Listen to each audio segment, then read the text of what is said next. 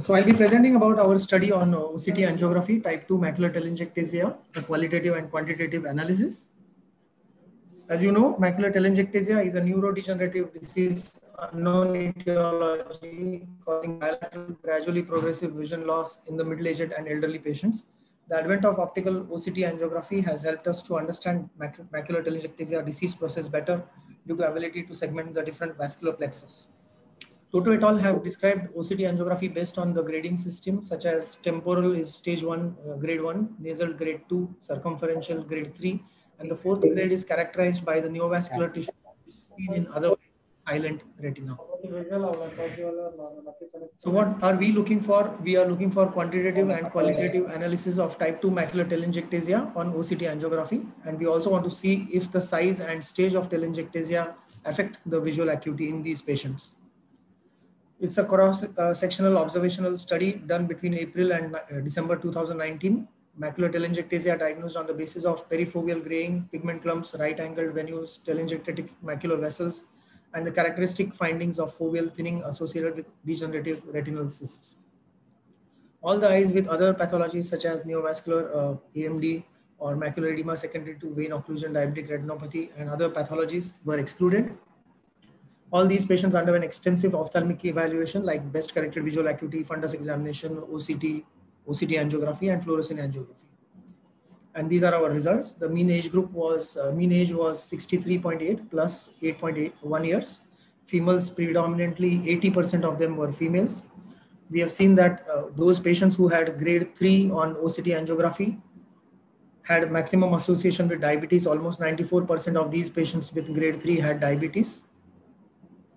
We also realized that as this grade of OCT angiography MACTEL increases from grade 1 to grade 3, the visual acuity keeps on reducing. So 0.35 becomes 0.57 in grade 3, whereas all of a sudden in grade 4, it becomes 0.37, and this is statistically significant. Also, we have seen that stage 2 clinically is the most commonly observed macular telangiectasia in our group. Coming to OCT angiography parameters, the maximum horizontal diameter was 1885 plus or minus 500 microns, and the maximum vertical diameter was 2000 microns plus or minus 750 microns. The horizontal diameter of the largest cyst was observed in grade 4, that is 365, from grade 1 to grade 3. As you go, the horizontal diameter of the large cyst increases from 279 to 511. However, in grade 4, once again, the size of the cyst reduces to 365, which is similar to grade 2 of the OCT angiography characteristics. Similarly, when we come to the vertical diameter of the cyst, we see that from grade 1 to grade 3, the diameter of the cyst keeps on increasing. And then again in grade 4, the vertical diameter of the cyst has reduced to 71 microns. No cysts were observed in grade 4. This is again statistically significant, and the subfoveal location in grade 4 was only one patient, as against the juxtafoveal location of the cyst was seen in grade 4 patients in 19, that is 68% of the times. Similarly, macular telangiectasia grade 4 on OCT angiography was associated with only 35% of the patients having actual choroidal neovascular membrane. So this is in contrast to rest of the studies which have shown that macular telangiectasia grade 4 on OCT angiography is associated with 50 or 60% of the times with choroidal neovascular membrane, whereas in our study it is only seen in 35% of the patients. The eyes with progressively increasing vertical and horizontal diameter of macular telangiectasia experienced progressively worsening vision, although this positive correlation was only modest. Coming to univariate and multivariate analysis, we have seen that the vertical diameter of macular telangiectasia, as it increases by 500 microns, the visual acuity reduces. Similarly, the horizontal diameter of the cyst increases by 100 microns, the visual acuity drops. And in contrast, the central macular thickness increases by 50 microns, the visual acuity improves. So as I discussed in our results, the stage 2 was the commonest type of macular telangiectasia clinically observed, and grade 3 macular telangiectasia was most commonly observed on OCT angiography. Vertical and horizontal diameter of macular telangiectasia measured on OCT angiography and the diameter of degenerative cyst measured OCT moderately correlate with the visual acuity, and increment in the metrics is associated with gradual decrease in the vision.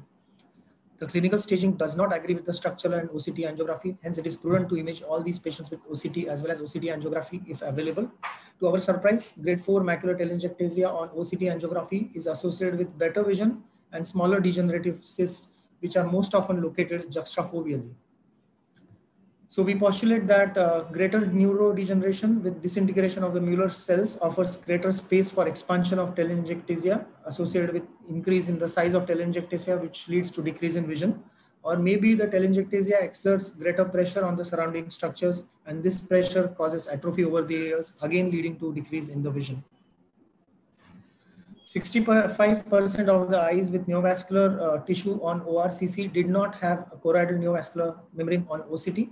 This shows that actually this may be a part of telangiectasia in the deeper plexus, which spreads into superficial as well as deeper structures, and it may not be the actual choroidal neovascular membrane in all cases. So there are different studies. One of the important studies by Spade et al., and he has coined a term called as retinal subsidence, which means that the deeper vessels located in the ORCC layer, and they are descending down towards the retinal pigment epithelium. So this retinal subsidence was observed in patients. Similarly, Januzzi has described similar type of picture with only few patients developing macular telangiectasia with CNVM.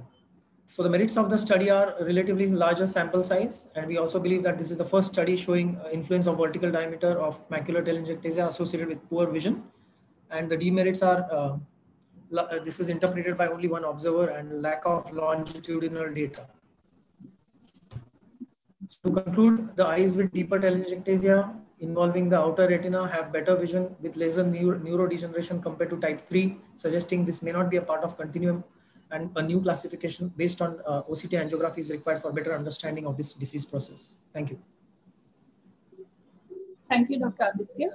This is a little bit over the time. We probably have to cut down on one question. Yeah. I'd like to know why did you choose this method of classification? Because it's not easy to measure the area of telangiectatic vessels.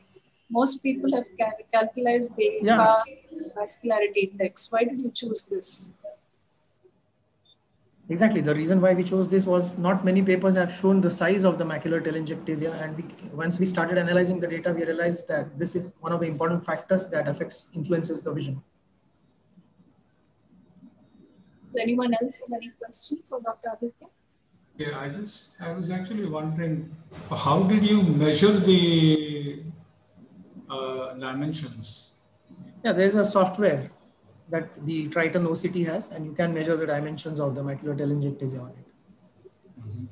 So did you do it manually or entirely with the automated software? How much did you have to go manual? Automated software. Automated, fully. How was the reproducibility of that? This is only a single observer. We have not really, this is another limitation of our study. The second observer hasn't studied these images again.